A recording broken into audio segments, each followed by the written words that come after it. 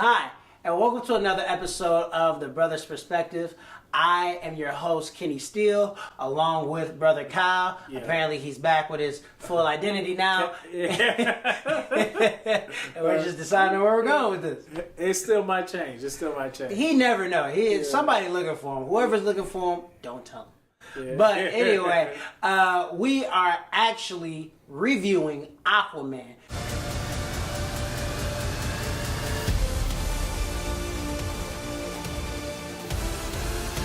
Because Shazam comes out this week, we're both going to see it and we're both going to review it, but we did not get the opportunity to review Aquaman back in December. So here are our thoughts, ideas, and other things. Kyle, what'd you think of it? I thought it was okay. Honestly, I thought it was okay. For me, it was like a poor man's Black Panther, underwater, underwater edition, They had the colors, they had the tribal stuff, all that stuff. It's so funny.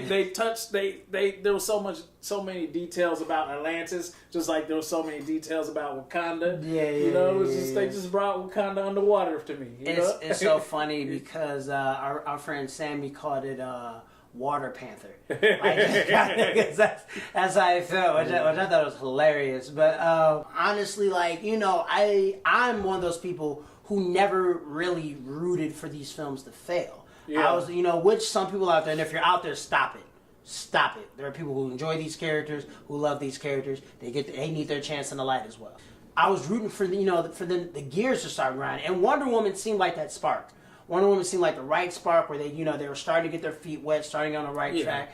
Like we said, Justice League was what it was, But it had great parts and this and that. But that preview of what Jason Momoa could be, I'll even agree. I didn't even really like it, not because he didn't do a good job, but DC has the whole thing where they're just kind of making it up on the fly, and he was a little too much Lobo for me. Just a little too much Lobo. I was like, this is Lobo. He would have made a good Lobo. Yeah, he'd have made a great Lobo. And it's just, so I was kind of reserved about it. And when I heard they got James Wan, I was like, I didn't know what to think. Because, he did, The Conjuring. He comes from a horror background. I believe he did Insidious. Yeah. So I was kind of confused on where they're going to take this. Well, this is definitely the opposite of those. Yeah, and it's crazy because this has got to be the most colors I've ever seen in a DC film.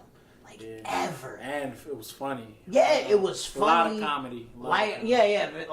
Charming. It was, a lot of colors. It was a ton of explosions and stuff too, but it was just it was something new and it was something different. And I think seeing that kind of, overlapped and, all of my previous transgressions about it. So, just watching it, man, was just it was something new and exciting. I didn't even really see all the stuff that you mentioned earlier. Yeah, so it was just thinking, it was cool. They did too much. It could have been two separate movies, and it would have been two great movies, It could have been a movie, like an origin story with him and his brother battling for the kingdom. Even with the Black Manta, they could have, introduced him in the beginning, and then, kind of hit, after credits thing, and show him putting on a helmet at the end or something, and then that sets up the next movie. But and I didn't mind the two villains in one film because to me I didn't feel that they did too much because you had one guy's story. It started and then it ended. And then that was it. It wasn't like them trying to do a super crazy team up. And even though they kind of did, but they weren't trying to they weren't overlapping each other. But if they did a team up, to me, it would have made more sense though. To me, like I said, it was literally two movies in one. Yeah. I can see it from that perspective. Yeah. I don't know. I think I guess it just flowed well. And that's shout out to the director. James Wan did a great job with this film. And to me, I guess, due to the film for me, since it didn't overlap and he had his chapter and I was over there, and then Aquaman had his whole beef with Ocean Master. Yeah. That was kind of that whole family ties type of deal. It kind of had a good Greek mythology feel, and I can see the whole the Black Panther comparisons, but I didn't get that. I got more of a Gladiator, Ben-Hur, like one of those old school kind of Greek movies, you know. And it was just different. But I think I was so shocked. Yeah. And just like, wow, colors. You just wanted to win. It's different. Yeah, I wanted to win. Yeah. When I got it, I was just like, all right, cool, man. I'm riding with this. I get that, you know. So yeah, and speaking of the cast, dude, like Roman Reigns did such a great job. Jason Momoa. I mean, you can't tell me that's not Roman Reigns, dude. I mean, look, Jason Momoa Samoan. Look, yeah. Could be Roman Reigns. Yeah. I mean, look, I understand his stage name is Jason Momoa, but we all know wrestling fans know him as Roman Reigns. And you know what? You know, due to his work in WWE, you know what I'm saying? I didn't know that he'd had that much acting chops, but apparently he knocked it out of the park. I saw him in this film. You know, and I'll call him Jason for the benefit of the doubt, but I saw Roman Jason in this film, and he did a really good job, dude. He was funny, charismatic, and the thing about it was, he didn't come into this, you know, this film just automatically just being perfect. Like, he had identity issues. He really, you know, had that, you know, that double identity. Well, you know, most people who are, you know, biracial or more than one ethnicity really kind of struggle with. They have to, you know, identify as both. Yeah. And, you know, he had to hide that Atlantean side, you know what I'm saying, for so long. And it was just, you can kind of see him kind of struggling that. He wasn't perfect. By the time he gets to Atlantis, he is an outsider. You know, he's that citizen of both worlds. Yeah. So, I mean, you can understand why he took some bumps, because he did lose a couple battles in this film. Yeah. He wasn't perfect, and he had to gradually go along. And I think watching that, because, you know, watching that, you slowly start, you know, you really root for this dude. Yeah. He's just like, all right, man, we see potential right in the beginning, and then you just start rooting for them to get together. And Amber Heard did such a great job, too. You know, normally you'll have love interests just kind of sitting by the wayside. Thank God in Hollywood we're starting to have, you know, these strong female characters that's just like on my hand. Like, you follow me. Amber Heard redhead in real life? I don't believe so. Oh, okay, man. Damn. Nah, I'm playing. I give her, she did look like Ariel. Like, she looked good. Yeah, she was looking good. She was doing her thing, but she was very strong, confident, and it's crazy because you seeing them two together. Yeah. Amber Heard and Jason Momoa, you would think Jason Momoa would be naturally a guy to take the lead, you know, kind of, you know what I'm saying, you know, walk ahead, kind of, you know, being all the, you know, taking all the impact and the danger. Amber Heard was schooling him. You know what I'm saying? And teaching him and showing him and holding his hand by the way. I think the point of that is because he was kind of hesitant to take his place on the throne, you know? As king, he really wasn't too. It was more her trying to get him to become rightful king, you know, because they didn't want that war to go down. You know? Yeah. So. And you know, and I think you know, in this cast, speaking, and it's not just them two. Like, I was so surprised. I mean, Willem Dafoe did a great job. Patrick Wilson, who does have a great relationship with James Wan. You know, they've done, you know, several horror films together. But to see a whole different side of him, you know, being antagonist instead of the protagonist, you know what I'm saying, in this film.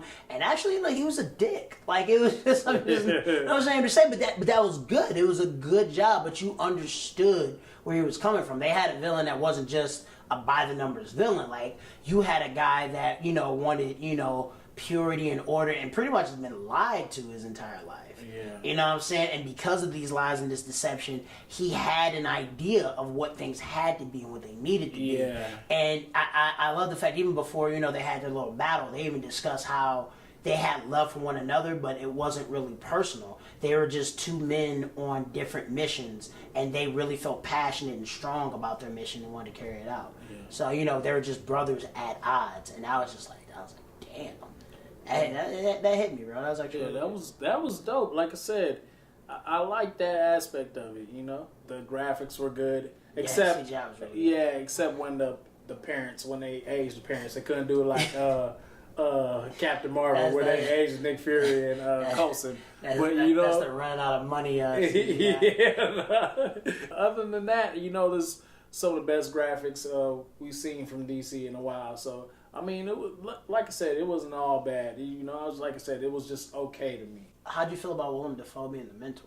I mean, Green Goblin? Yeah, Green Goblin. Yeah. Oh, he did a great job. I mean, honestly, anything he does, I'm not good with names, people. I'll work on that. Yeah.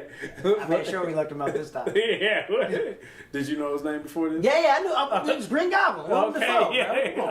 Yeah, but no, he did a great job. You know, the training, he put him through all the necessary steps. And honestly, I'm glad they showed that in the movie, because if he was just knew what to do, like he was an Atlantean and he just went down there and he just started whooping ass, that wouldn't make sense to me. So I'm glad they put him in the movie, and I'm glad he had that role, and he did a great job. It was good to see him not play a villain. You know? How'd you? Well, what I noticed I was in this film that was actually really dope was it was a lot of diversity between like characters and like patrol, like security and the hunters and different types of creatures. Like, what'd you? That was dope. I love seeing that. I love seeing the different animals. I love seeing how different, I guess, Atlanteans look. You know, from different tribes. You know, so not all of them have that human mermaid look. Everybody has a different look, and I love to see that aspect of it. Yeah, because they went through their own form of evolution, which I also thought was cool. So it was just kind of like, you know, even though how we're all, you know, different ethnicities, different, you know, all different shades and different colors, you know, down there, their evolution went aquatic. You know, everybody's different fish and sharks and people and all this other stuff. So I thought that was like really dope. And even getting to that, just the story was well done. This cast has some good names, you know, Jason Momoa, Willem Dafoe, Dolph Lundgren, Nicole Kidman, and I was just like, man, like this is the first cast where it was just like, no offense to Marvel, but it was like I knew everybody. Don't get me wrong, I like rising stars and up and coming actors. I'm like, who is that? Okay, cool. Wilson Duke. Okay, cool. Who is that guy? So and so. Cool. But like, I knew everybody in this film. Man, I'm bad. Even down to Roman Reigns. I'm bad with names, so I remember Roman Reigns. I remember Roman Reigns. I remember Green Goblin. You know what I'm saying? Yeah. So it was really cool. It was really cool. If you had to give it a score, because yours is a little, you know, rougher than mine, what would you give this film? Man, so out of what? 5? Out of 5. Yeah. We're going out of 5. Man, and you can go points too if you need a 3.3. I'm just gonna give it a 3. I'm gonna give it a 3. It's not bad, and not everything has to be great. You know what I'm saying? I could still enjoy it and it not be great.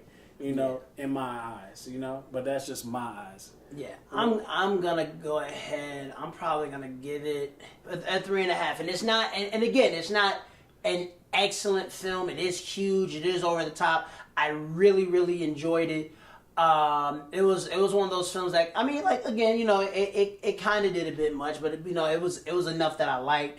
And sometimes you do kind of get lost in some instances, but what really carries this film is Jason Momoa's charisma. The story was a knockout of the park. I did prefer maybe it be a little more intimate. Yeah. But, you know, the actors really pulled it off. The only thing that was kind of so-so to me is that they really went everywhere. They're like in a desert, Atlantis, this and that. It was just kind of like, it was kind of like running in the movie. Like, you just look up and you're everywhere. What I liked about it was, one, the colors, the graphics. I like backstories. You know, I'm glad it wasn't rushed. Yeah. You know, and I'm glad they took their time with it. But like I said, this could have been... For me, it could have just been separate movies, you know? It was a bit long, but it flowed very well. I mean, and everybody in there did a great job. It was some things that you could have cut out, but I felt that DC and Warner Brothers really needed a home run. I believe they nailed it,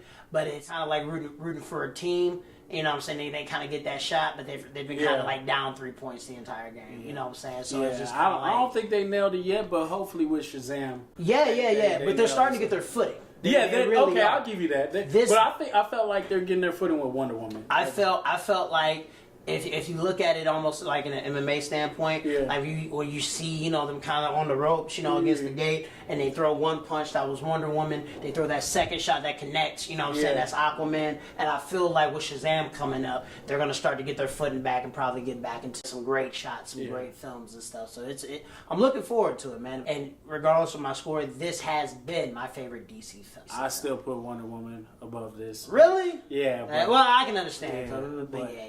They took Roman Reigns, so I didn't even know it looked the part. You know what I'm saying? And made it work. You know what I'm saying? Completely made it work. I had no idea, you know what I'm saying, a Samoan would have been a great Aquaman. It works out, man. It really works out. And let us know what your thoughts are in the comments as well. Like, share, and subscribe. Let us know what you think of Roman Reigns. Did he do a good job? You know what I'm saying? Do you like his stage name, Jason Momoa? I mean, sounds a little so-so. He could have went with Reigns Samoa, but he went with Jason Momoa. So, kind of works out, you know. But let us know what you think in the comments below. Like, share, and subscribe, and hit that notification button.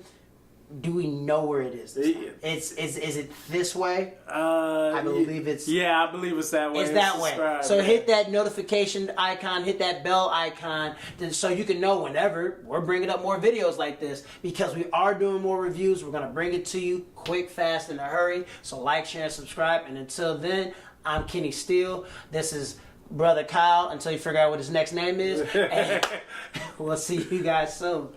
Peace. Peace.